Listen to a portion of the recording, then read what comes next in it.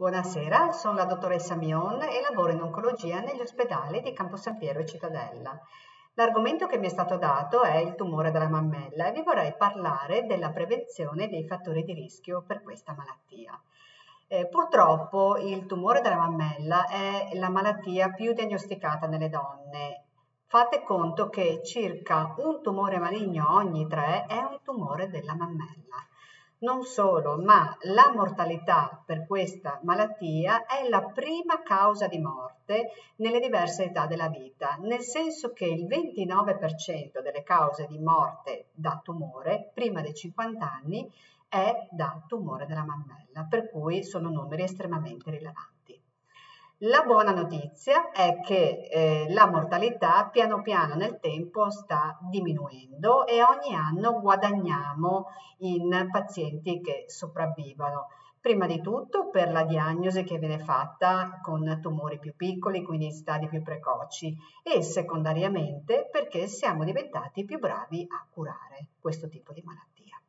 Infatti, se noi vediamo in una mappa dove ci sono tutte le nazioni europee, quindi parliamo di nazioni dove c'è un'elevata incidenza ma anche un reddito importante pro capite, in queste nazioni il Veneto, vedete addirittura parliamo della nostra regione, è la regione che si colloca al terzo posto per la migliore sopravvivenza per quanto riguarda il tumore mammario nelle donne, dopo la Francia e la Finlandia. Questo vuol dire che nella nostra regione questo tipo di malattia per fortuna ha delle sopravvivenze estremamente elevate. E quindi complessivamente in Italia ci sono circa 700.000 donne che hanno avuto una diagnosi di carcinoma mammario. Parliamo quindi di fattori di rischio, perché di questa malattia, anche se siamo diventati più bravi a diagnosticarla e a curarla, comunque sempre meglio sapere che cosa possiamo fare per non ammalarci. In effetti, per quanto riguarda le malattie tumorali, ci sono dei fattori genetici che predispongono purtroppo allo sviluppo della malattia, ma ci sono anche dei fattori ambientali che aiutano l'eventuale predisposizione genetica a svilupparsi. Pertanto, se noi dobbiamo parlare di fattori di rischio, e questa è la tabella che ve li descrive quasi tutti, ci sono delle caratteristiche sia che dipendono sia dalla genetica sia dall'ambiente che purtroppo favoriscono un aumento di incidenza di questa malattia. Abbiamo l'età, perché più purtroppo si invecchia, più è più facile ammalarsi. Abbiamo la dislocazione geografica, cioè nei paesi industrializzati è più facile ammalarsi di tumore, probabilmente perché si vive di più e perché si ha uno stile di vita diverso.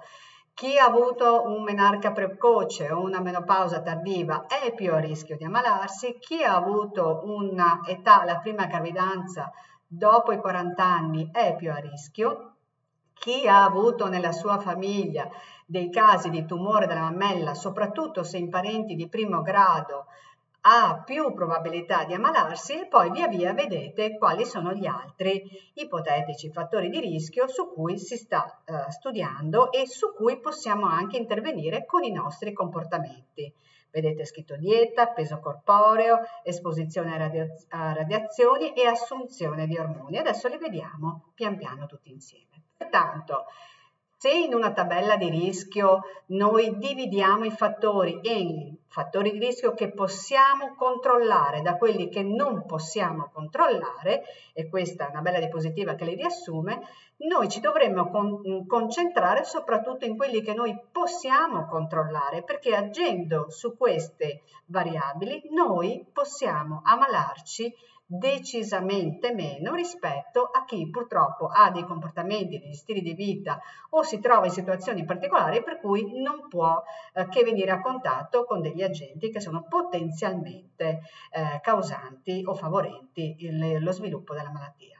Pertanto, rischi che non possiamo controllare sono la nostra razza, il fatto che noi siamo il sesso femminile o il sesso maschile, il fatto che noi abbiamo dei geni che ereditiamo essere predisponenti allo sviluppo della malattia e l'età. Mentre i rischi che noi possiamo controllare sono il fatto di fare o non fare esercizio fisico, quello che mangiamo, se fumiamo, se beviamo alcol, se andiamo in sovrappeso e se veniamo a contatto con radiazioni ionizzanti. Un tipo di accenno particolare, un pochino più approfondito sulla familiarità e l'ereditarietà, perché mentre la maggior parte dei tumori della mammella noi li chiamiamo sporadici, cioè avvengono anche in assenza di familiarità o di predisposizione, il 5-7% di tutti i tumori della mammella invece è proprio legato a fattori ereditari che quindi vengono trasmessi dalla madre alla figlia, dalla nonna alle cugine. Pertanto queste sono famiglie che vanno studiate e vanno individuate, perché quando c'è una familiarità sospetta noi sappiamo che dovremmo cercare se esistono mutazioni in due particolari classi di geni che si chiamano geni BRCA, BRCA1 e BRCA2, perché le mutazioni di questi geni sono responsabili di circa il 50% delle forme ereditarie di cancro della mammella e di cancro dell'ovaio. Pertanto, se noi individuiamo una forte familiarità, mandiamo la persona a fare un test genetico, qualora trovassimo la mutazione, tutta la famiglia viene studiata e si arriva ad avere dei comportamenti sia per quanto riguarda la sorveglianza della persona malata, sia per quanto riguarda la sorveglianza della famiglia, che tendono a ridurre il rischio genetico della malattia, attraverso per esempio interventi che sono anche quello dell'asportazione di entrambe le mammelle e o di entrambe le ovaie. Torniamo ai fattori di rischio. Io volevo puntare soprattutto a quelle che sono le nuove raccomandazioni di questa grandissima associazione mondiale che è il World Cancer Research Fund, che ogni 2 anni emana delle nuove direttive per quanto riguarda proprio quello che si sa sull'incidenza, sullo studio insomma, delle neoplasie in senso generale. Per quanto riguarda la prevenzione oncologica, che a me preme particolarmente in questo tipo di seminario, se volete, di relazione che vi sto facendo, c'è un decalogo vero e proprio per le raccomandazioni per la prevenzione oncologica. Ecco, c'è questa bella diapositiva che ve le mette un attimino in figura, però io direi che riassumendo ci sono 10 consigli che potrebbero aiutare chiunque, dico chiunque, se noi riusciamo a seguire questi consigli, potrebbero aiutarci a ridurre il nostro rischio di ammalarci. E ve li sviscero uno per uno. Numero 1, mantenere un peso salutare. Pertanto, che cosa vuol dire mantenere un peso salutare? Vuol dire innanzitutto avere quello che è il BMI, che è il Body Mass Index, tra i 18,5 e i 25. Questa è una formula che prevede peso e altezza e la trovate in internet digitando proprio BMI. Significa essere grosso modo normopeso a seconda dell'età che abbiamo e a seconda appunto della nostra altezza, cercando di non aumentare il peso durante tutta la vita e soprattutto cercando di evitare l'aumento della circonferenza della vita, perché quello è il peggiore grasso che noi ci portiamo dietro. Chiaramente per i bambini e adolescenti i valori ottimali variano con l'età e col sesso, per cui nei bambini e adolescenti il BMI ottimale è più basso rispetto a quello degli adulti. BMI quindi è chilo diviso metri al quadrato ed è l'indice di massa corporea.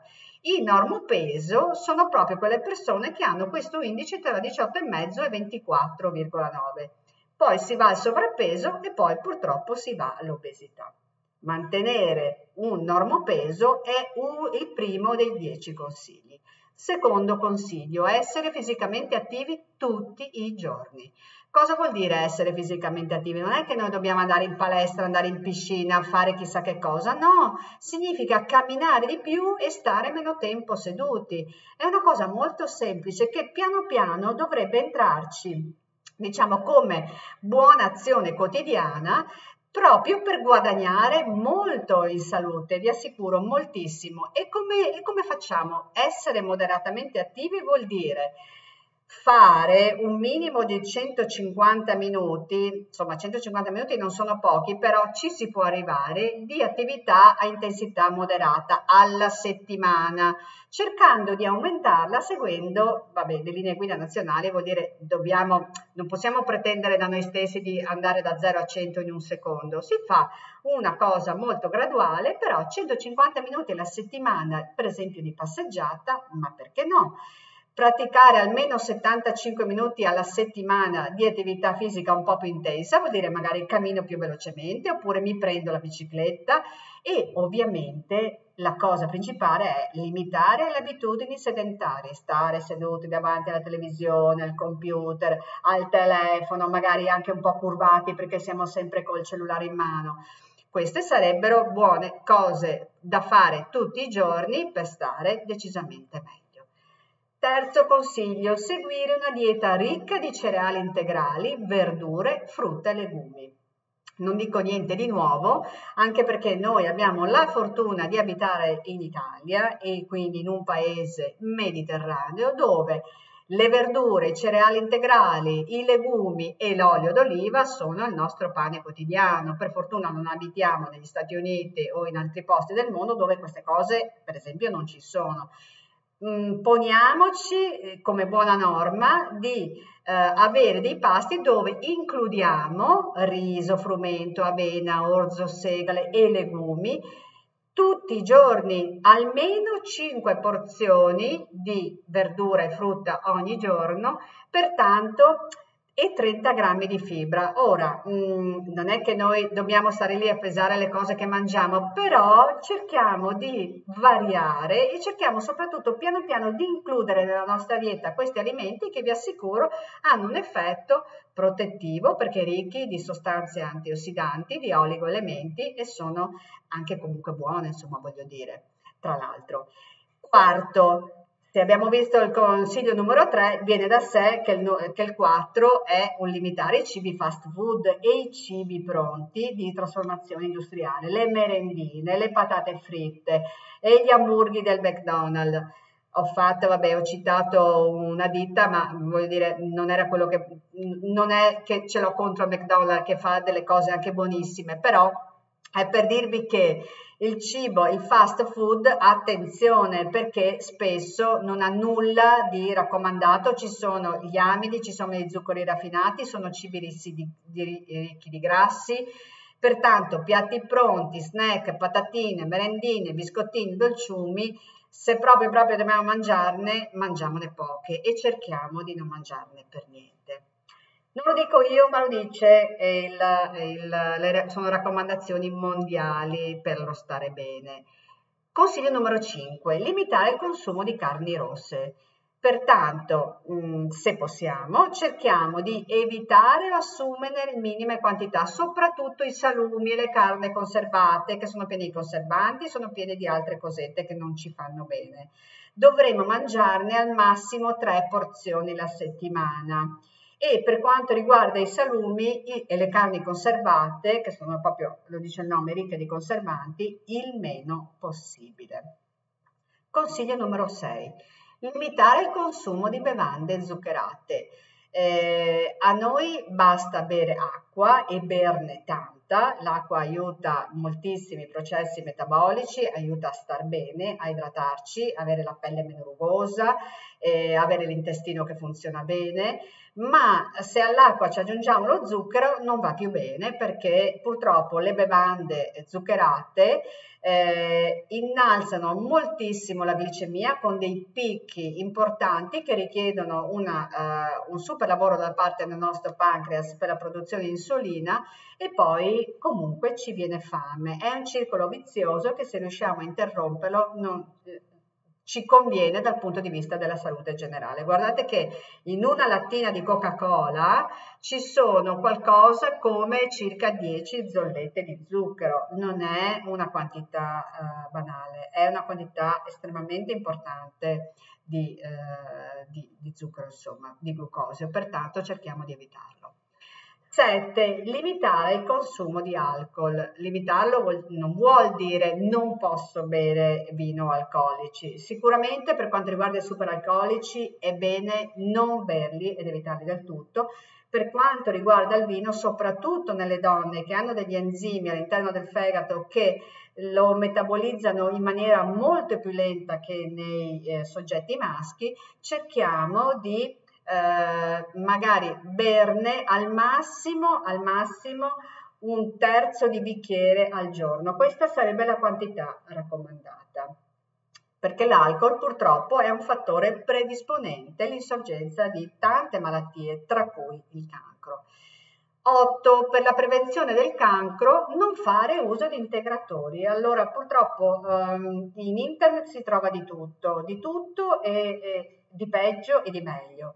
Ma gli integratori, se siamo delle persone che stanno bene o se siamo delle persone che hanno una dieta varia, che non hanno particolari problemi, noi non abbiamo bisogno di integrare nella nostra dieta, di assumere sostanze chimiche in più. Cerchiamo di trovarle, le sostanze di cui abbiamo bisogno, attraverso la sola dieta. E avendo una dieta varia, soprattutto con le indicazioni che vi ho dato prima, di solito non ci manca nessun tipo di vitamina né di oligoelemento, anzi magari assumere degli integratori ad elevate concentrazioni di oligoelementi non fa addirittura bene al nostro sistema metabolico. Pertanto evitiamo di spendere soldi in sostanze che magari non ci fanno bene e cerchiamo invece di spenderli comprando cose da mangiare più buone e più sane soprattutto.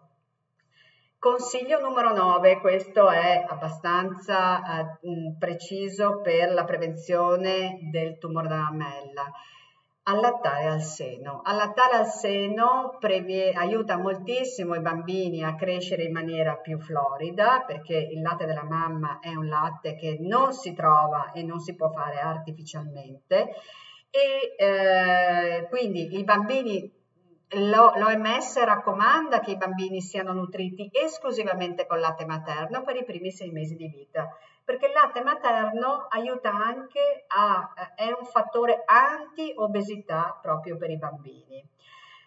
Se noi possiamo allattarli, i nostri bambini molto meglio e tra l'altro l'allattamento al seno induce nella mammella delle modificazioni che la mettono un pochino a riposo in alcuni tipi di proliferazione cellulare, per cui chi allatta anche in giovane età diciamo che ha un rischio minore di ammalarsi di tumore della mammella.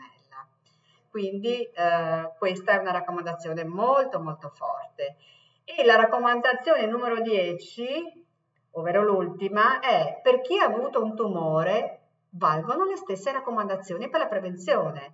Chi ha avuto un tumore ed è stato sfortunato perché gli è venuto, ma tutte queste cose che io ho detto a maggior ragione valgono. Perché avere una vita sana, fare attività fisica, cercare di mangiare le cose fatte bene, cercare di non bere cose zuccherate, tenere un BMI, un indice di massa corporea normopeso, sono tutti vantaggi che rispetto a chi purtroppo è al di fuori da queste categorie, diciamo, ci aiutano anche nella prevenzione magari di una seconda malattia o anche nell'effettuare le cure con maggior serenità e con minor effetti collaterali. Per cui anche chi ha avuto la malattia continui, o se non l'ha fatto prima, inizi a diciamo, assumere quei comportamenti che sono assolutamente virtuosi nell'ambito della prevenzione di tante malattie, perché io vi sto parlando di tumore alla mammella, ma parliamo anche di diabete, parliamo anche di ipertensione, parliamo anche di tante altre cose che alla fine purtroppo sommandosi possono diciamo darci una vecchiaia non così serena come invece potrebbe esserlo. Pertanto, in conclusione, sappiate che queste 10 regole, che sembrano regole anche semplici, banali o comunque alla portata di chiunque, applicando queste regole si possono evitare qualcosa come un terzo dei tumori, non il 3%, un terzo, cioè il 30% dei tumori. Pertanto è veramente l'insieme della dieta e degli stili di vita corretti che può fare la differenza. Cioè, se un terzo della popolazione evita di ammalarsi, voi immaginate quanta salute guadagniamo. E quindi il messaggio più importante è questo. Però ricordiamoci, nessun alimento da solo ha un effetto anticancro. Non è che se io seguo pedissequamente le cose sono sicuro che magari non mi potrà succedere di ammalarmi di qualcosa. Questo no, perché come vi ho detto all'inizio, il cancro e tante altre malattie sono un insieme di fattori che noi abbiamo già dentro di noi genetici e di altri fattori che guadagniamo vivendo nel tempo, fattori ambientali. Quindi è l'insieme di queste caratteristiche che poi possono portare una persona ad ammalarsi o no. Ma se noi comunque agiamo sul fattore ambientale cercando di ridurre al massimo il rischio di ammalarci, sicuramente abbiamo fatto una grande parte della nostra prevenzione del rischio. E quindi, tenendo conto che per, diciamo, ammalarci o comunque per stare bene, quindi al contrario, per stare bene, dobbiamo stare attenti a tutti questi fattori elencati nella diapositiva e vedete che ci sono 3 cerchi che si imbricano tutti insieme, perché non basta solo l'attività fisica, ma ci vuole anche la dieta.